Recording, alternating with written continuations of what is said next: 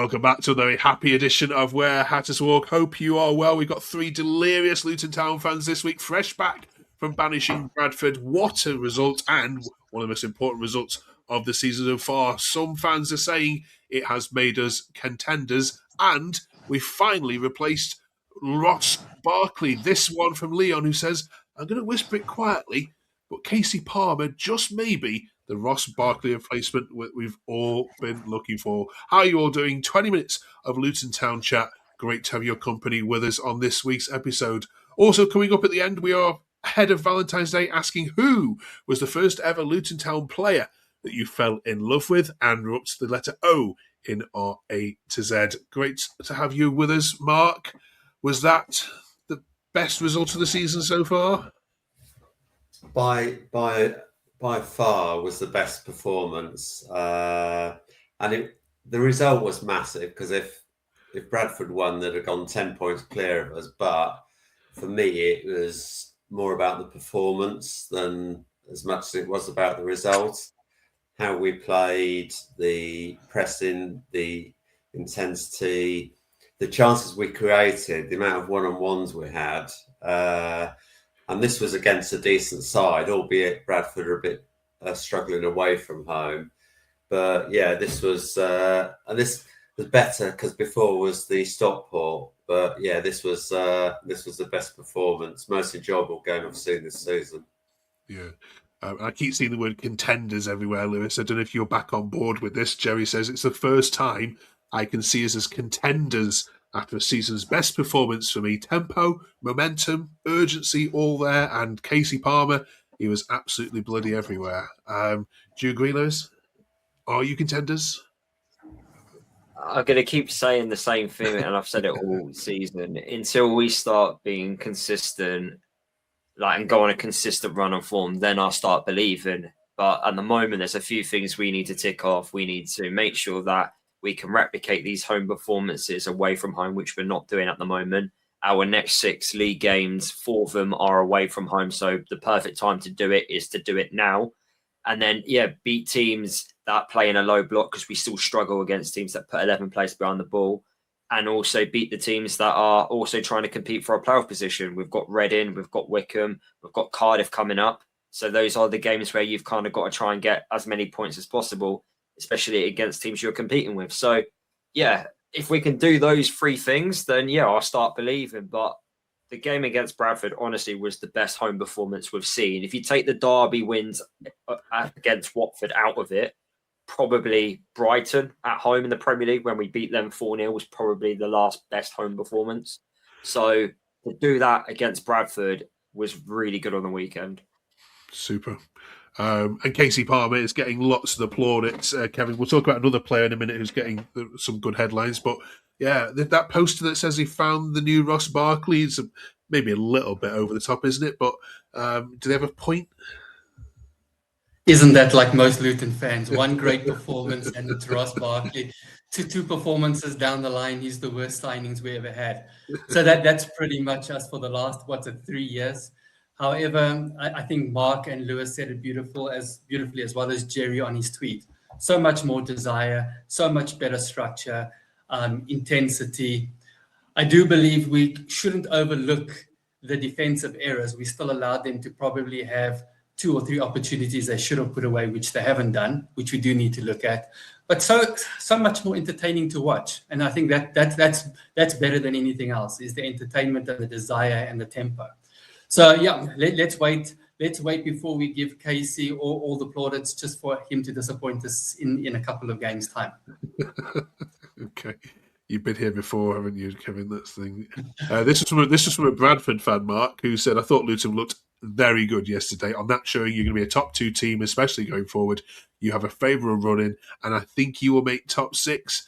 Which is exciting news. And it's lovely to see not a single negative on the Luton Town timeline this week. I couldn't find a single one from any player, from any fan whatsoever. It was a joy to see. Let's talk about another player that was called absolute gravy, and it's this fella in particular, Mark. Jake Richards is different gravy, says Ryan. We need to build a team around him. Yeah, wax lyrical about Mr. Richards for me, please. Well, you sometimes have to double check that he's only 18. I mean, he's got everything. He finds the pass. He just seems to find that space, and that's a big talent. If you can find that space, and he's got a great shot on him, and we've missed him. And I know the recruitment team have taken some criticism, but we plucked him from Exeter as a 17-year-old, and he's going to go to the very top. So we'll enjoy him while we've got him. But he's another one that just had and he's been out. Don't forget, he's been out a long while, and he's just come back seamlessly. And he's another player that's integral to what we hope to achieve this season. Obviously, there's a more feel-good factor. Gideon Codger signed permanently. That was I think that was a signing where the whole Luton fan base agreed on. Probably him and Kasey Palmer. But yeah, no, it's Jake Richards has got an incredible future ahead of him, and of course they always say that your team is a reflection of your manager, and obviously how Jack played as a player, likes to play through the midfield. I think it's great for Jake as well that he's learning from type of player like Jack was, which will only help his career even more. Brilliant. Fantastic results. And we've got to talk about the transfer window, Lewis, because of course that slam's shut since we last spoke to Kevin last week. If we were asking you to grade it out of 10, what would you personally give it? I feel like it's really too early to judge it because unfortunately we've not seen one of the players because we signed him from Norway. We saw 20 minutes of the Netherlands lad in Davy Vandenberg. Devante made his debut against Bradford, so it's hard to really judge what we've done. I personally felt we needed a right back. I think it was important to do a clear out. I think it was actually more important to get rid of the players rather than actually bring in players. But yeah, I think it's just far too early to judge the actual window. I think we'll probably be able to judge it a lot better after these next 6 games. But I still think we could have done with a right back in my view, and potentially maybe another wide player, one more on the left-hand side. In fact, I wouldn't have let Ali go to Portsmouth. If we kept Ali at the football club, I wouldn't have been asking for a left winger. But yeah, I would have said a right back. So I give it a B. It's really hard to tell until we see more of the new players. Okay, I think we'll translate to a 7 then, Lewis. 7, 8. Yeah, we'll give it a 7. Yeah, why not? Okay, thank you. Kevin, these tweets back up, I think, what Lewis just said there. HK Hatter says, fair play, Wilshere. Shipped off the dead weight and left a team that looked like they want to play football. What a win. Nick Squire says, this January window is a turning point. We've decluttered. Good work, Jack Wilshere. Yeah, decluttered seems to be a word that comes up quite a bit. Do you agree with Lewis in these tweets here that actually what we've got out is just as good as what we've got in? I think Lewis was 100% correct, and I think people are almost happy that, if you want to call it, the deadwood's gone. But the deadwood was extremely talented. We're talking about Makosa, we're talking about Jacob Brown, Yates, we're talking about big names there. Ali, Nordas, Fanny obviously also went, Nakamba. Those are all quality players. It just, for some reason, didn't work out in the last year and a bit at Luton. And I think it was time for Wilshere to bring his own players in, people that can play to his structure, and just some new faces. So did we bring the quality names in that we lost? Probably not. And time will tell, like Lewis says, whether it was a good window or not.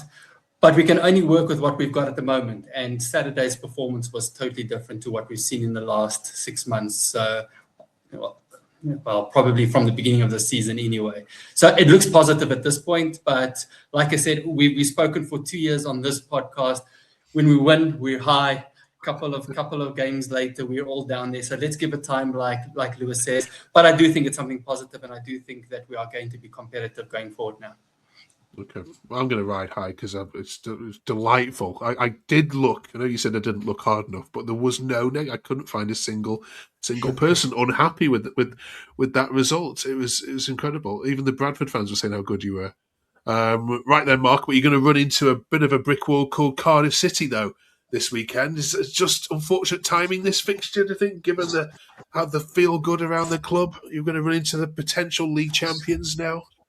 Well, we went to the league leaders in Stockport and swept them away in November. And interestingly, that was our last away win. And I think Jack's comments about Cardiff were interesting.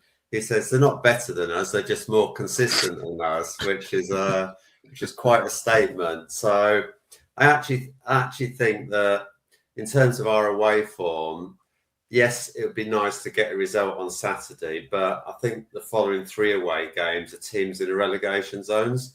We've got Wigan, we've got Port Vale and Doncaster, and they're the games we need to be picking up like 7 out of 9 minimum. So in terms of Cardiff, we do seem to play better against the better teams.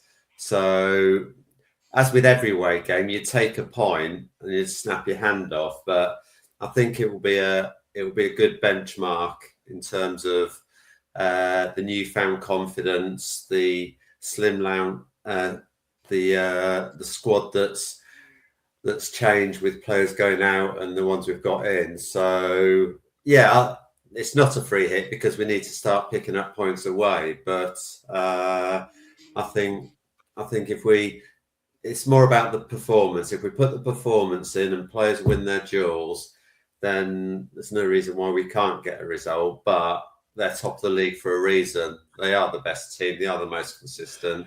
So I just want us to have a go at them. Yeah. Happy Valentine's. Yeah. Hopefully it's not going to be a massacre.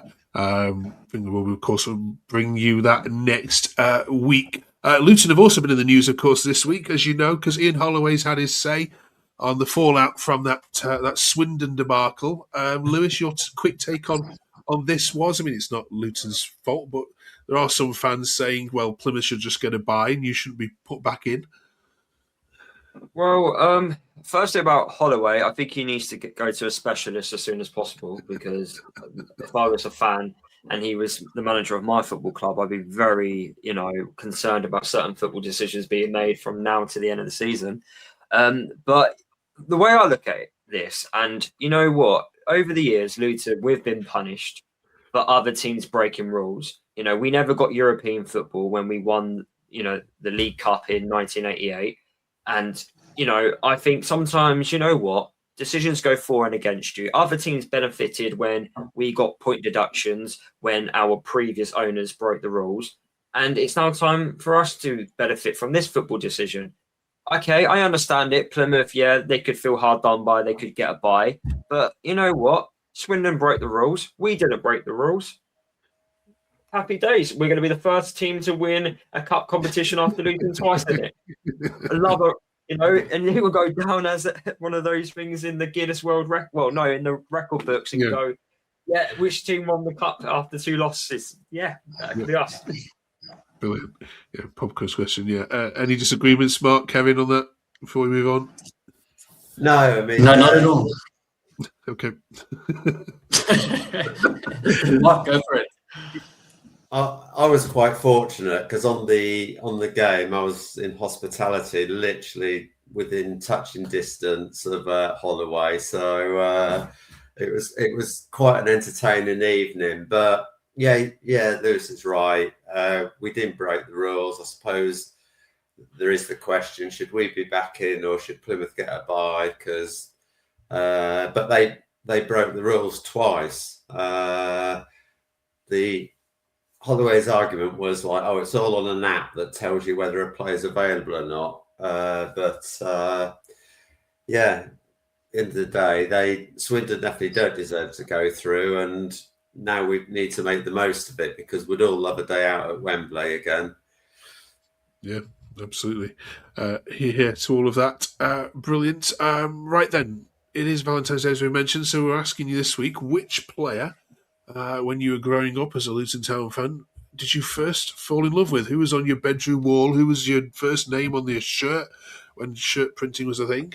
Who was it for you? Let us know in the comments. We'll love reading these out as well. Thank you for all your comments on last week's video as well. Kevin doing a great solo at Kevin. Thank you for all the love for Kevin. Mark, who for you was that player? This is quite an easy one for me. I go back 45 years, and Ricky Hill.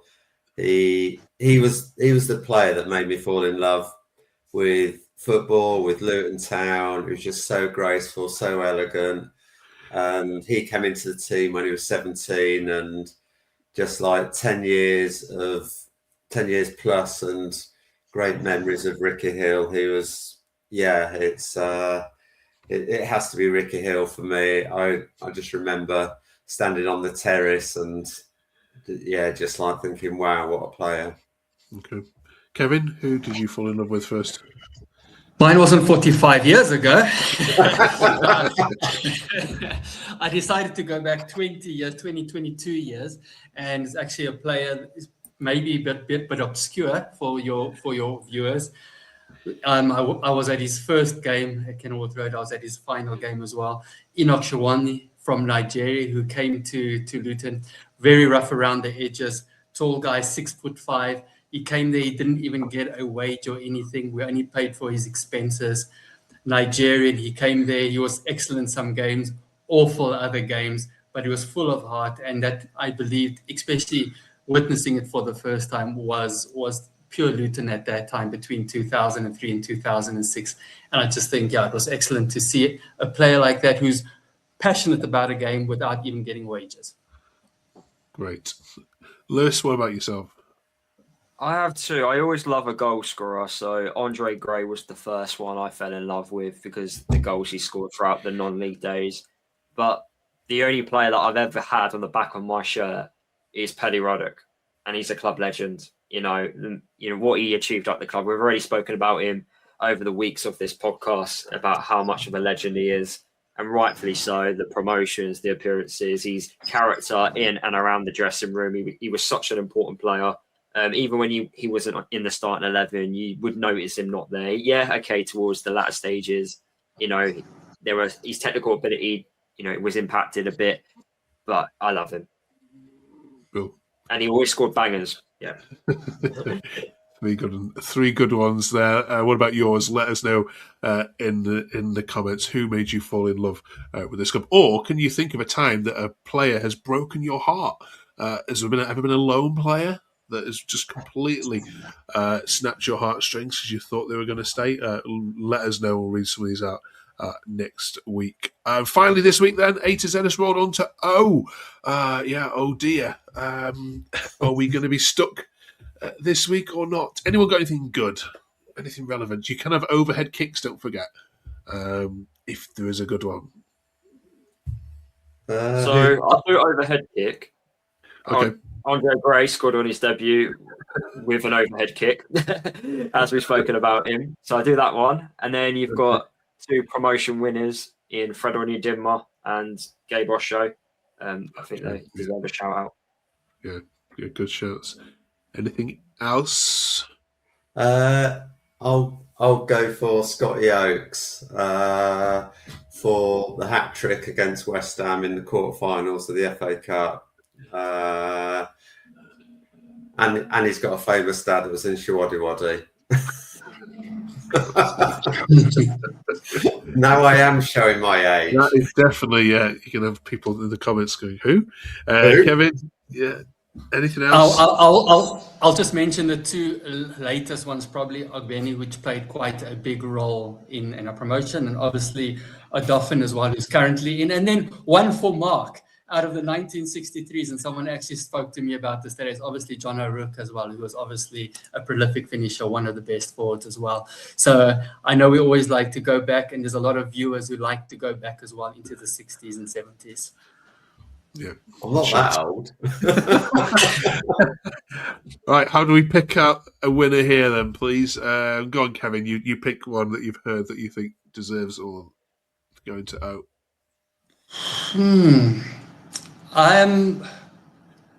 You know what? This week I'm going to allow Mark to do that.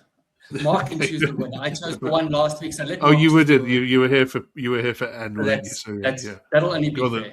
Go on then, Matt. Well, like I said, I'll always remember the FA Cup quarter-final. Just that team when David Pleat came back.